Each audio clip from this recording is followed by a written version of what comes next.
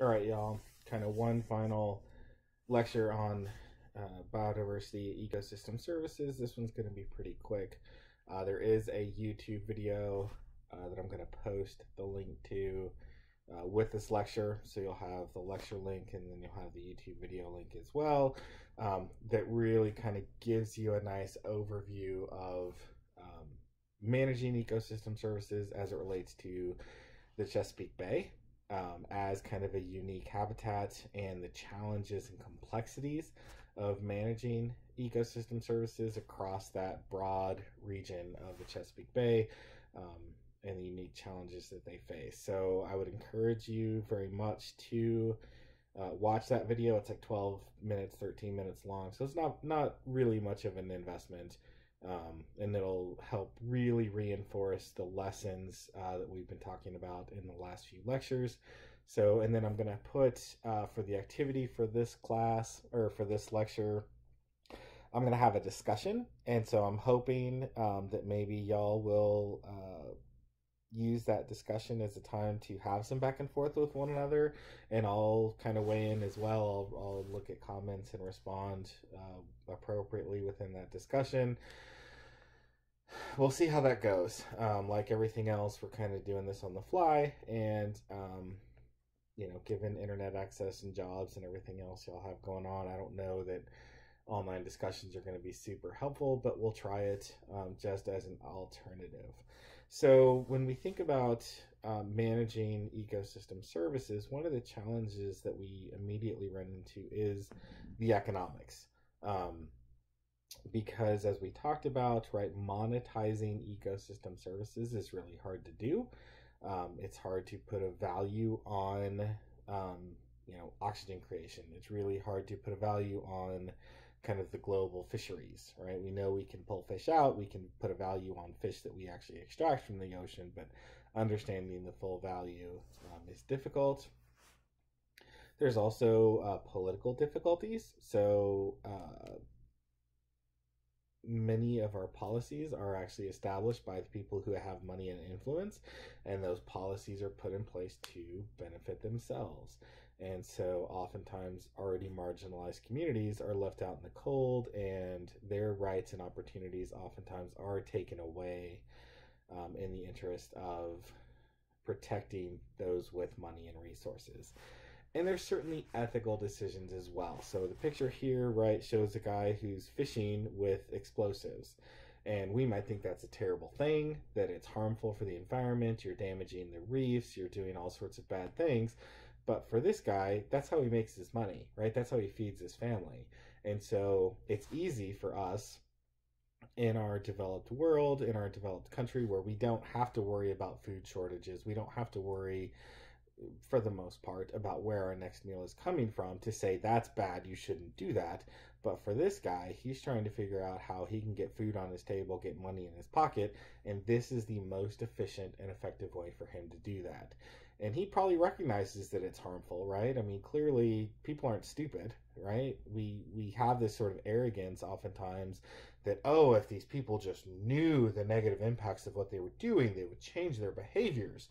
But the people, people are smart, and they recognize that. I mean, he probably knows that throwing bombs into the water is going to cause other harms, but the necessity of his situation dictates that that's what he has to do to feed his family. So there's an ethical dilemma here. If we're going to try to promote better practices, we have to make sure that people aren't left out of the opportunities, right? That people are able to feed their families, they're able to make a living through, maybe changing practices, maybe there's training, education, whatever we can do to give them new skills to more humanely, or not humanely per se, but more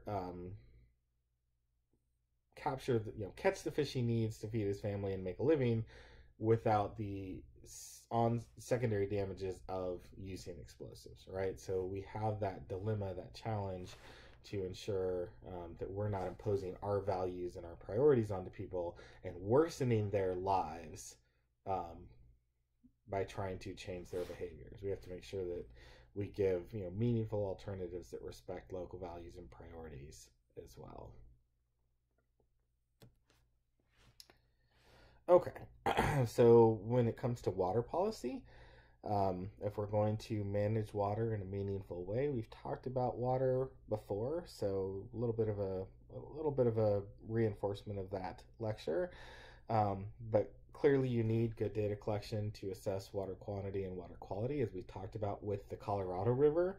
Uh, if y'all remember, hopefully you do, when they allocated the water from the Colorado River in the original Colorado River Compact, dividing up the water between the 7 states and Mexico of who would have how much water. That was done in a period that had been particularly wet, and so there was more water than normal in the river, and so they actually over allocated that river, and now it's running dry before it reaches the ocean. So that certainly, having good data is critical in making relevant and sustainable decisions about how we allocate resources. Education and outreach to help people understand their impact on water, how they use it.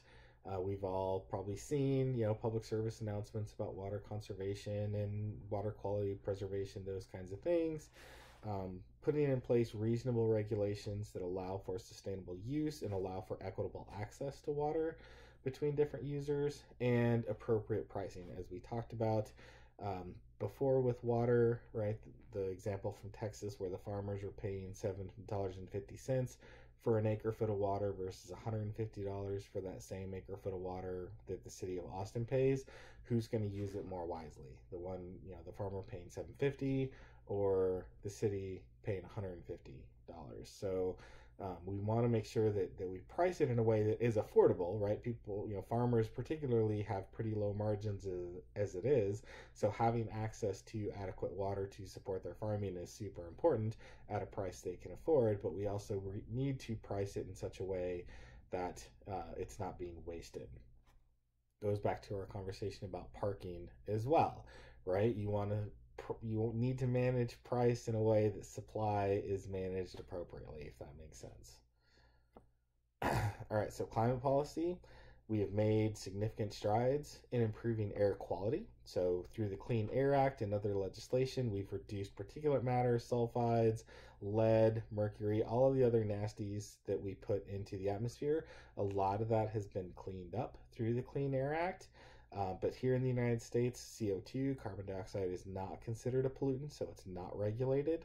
And so there are some places that have taxing policies, cap and trade, and other mitigation strategies for CO2. So the European Union, parts of Canada, there's a carbon tax down in South America, right? So there are, lots of countries have policies in place to mitigate CO2. Most of the U.S. currently does not. The West Coast states do. So they're trying to manage CO2 output in that way through cap and trade and other policies to mitigate the harm caused by CO2. And some of this comes in terms of trying to mitigate climate change and change behaviors. We're adopting incentives and subsidies to support desired behaviors. So things like solar panels, wind generation. There are tax breaks and subsidies available to promote the installation of solar farms and wind farms. Obviously, we've talked about cities having rebates on energy efficient appliances, air conditioning, heating units, those kinds of things, to encourage people to get energy efficient appliances when they purchase those. You can get a tax break for buying an electric car. So there's lots of ways that we incentivize behaviors that reduce air pollution and change behaviors. So that's certainly a positive and something that's having a significant difference on air pollution. And what we've seen in the United States, as we talked about when we talked about energy production, the rise of natural gas in the United States has actually contributed to lower CO2 emissions now than we've reached, I think, 1992 levels, which is the goal of the Paris Climate Accord. So we are on track where other nations are not, and it's largely because of the conversion to natural gas from coal.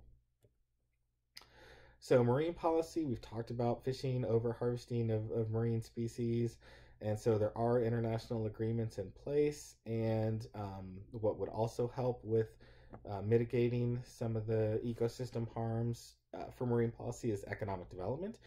Those areas that are dependent on unsustainable fishing practices, dynamite, explosives, cyanide, that's actually fairly common in some areas where they actually put cyanide into the ocean, and that stuns the fish or kills the fish. It's a low enough concentration that it doesn't poison the fish, so it's still edible, but it does stun the fish. They float to the surface. They're harvested that way. Obviously, that cyanide in the ocean is a bad idea. Harms other sea life, harms coral reefs, all those things. But again, we're getting into that ethical dilemma of how do those developing nations provide adequate food for their community, for their residents, for their citizens. How do those people make a living? This is the practices that they know, that they're comfortable with, that are effective. So we need to, if we're going to ask them to change those behaviors, we need to provide an alternative for them to continue to make a living, continue to feed their families in a less harmful manner. So we need economic development in those areas. So with agriculture and rural development, the Conservation Reserve Program is about preserving land for future agricultural use. Constant agriculture production can actually deplete the soil, making it more reliant on fertilizers and other things, which is not great. So we have a very robust program in place to preserve agricultural lands, set them aside, and it's a way that farmers can actually make some money on land that's not being used for production, because they're paid through the Conservation Reserve Program to basically not farm. That also helps to ensure better prices for commodities, because if everybody's producing at the maximum amount, we have a enormous surplus of these products and the price just drops. So we want to keep production at a level that keeps the price reasonable so farmers can make a living, while also preserving this land and this soil for future production down the line. So it's a program that allows for that. We want to have urban development policies to preserve agricultural land, so more compact development,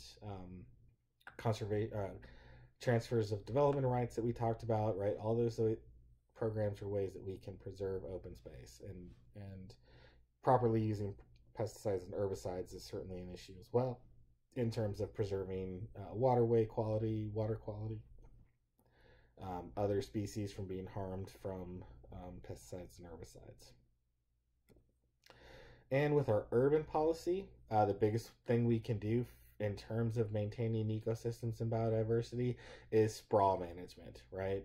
Keeping our cities more compact, not so just continuing to grow and grow and grow at a faster rate than population, using our land efficiently. So we're using those vacant and underdeveloped spaces within our cities, building in those areas, providing for transit so we can build fewer roads, right? All of those things of using land more efficiently is going to make our cities more sustainable, reduce the impact on ecosystems. Looking at things like green building and policies, so incorporating low impact development standards to where we're putting in green spaces that actually absorb stormwater runoff and manage that more effectively.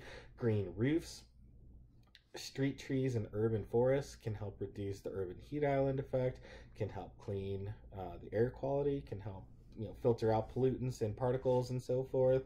So having in place open space incorporated into our cities can create more social sustainability. People have a place to gather. They have a higher quality of life by having access to green space. So we certainly want to ensure that we are embracing these green policies, providing transit. All of those things are tools we can use to make our cities more sustainable. And that's across the three pillars of sustainability. By incorporating green building, low impact development, green space, cities are going to be more economically sustainable because we have fewer miles of road, water, wastewater lines, all that stuff to maintain. We have higher property values because, as we talked about, property values in proximity to open space are worth more or higher. So we have more valuable property when we incorporate open space as well. So we have more economic sustainability, we have more social sustainability because our communities are more walkable, encouraging people to get out of their homes, talk to one another, interact with their neighbors. Communities are safer, easier to get around and all of those things. So we see social sustainability and obviously more environmentally sustainable with incorporating green space where we have less runoff, we have lower temperatures, we have cleaner air, we have more habitat within our cities for species to have at least some small place within the city they can survive. So all of those policies are going to help protect the larger environment and protect ecosystems outside of the urban environment. And this Chesapeake Bay, this is the video I'm going to link. I'm going to pull it out of the PowerPoint here as its own link. I would very much encourage you to watch this video as kind of a useful example of managing a complex ecosystem. And it addresses issues of transportation, agriculture, economics, infrastructure. All of that are important tools in ecosystem management. They're all roles that we can play in how we protect and preserve ecosystems across the globe, and ensuring that we are developing in a way that is sustainable for future generations. So kind of blew through these pretty quickly. I'm sure you're not going to complain too much, but definitely watch this video. I will post the discussion here in a second. Not that you're going to know because you're not going to look at this for a while, so you won't know how many seconds it takes me to post the discussion. But hopefully do take a few minutes to read through the discussion, post your thoughts, read your fellow students' thoughts, maybe respond to them if you can, and maybe we'll see if that works. Talk to you all next time.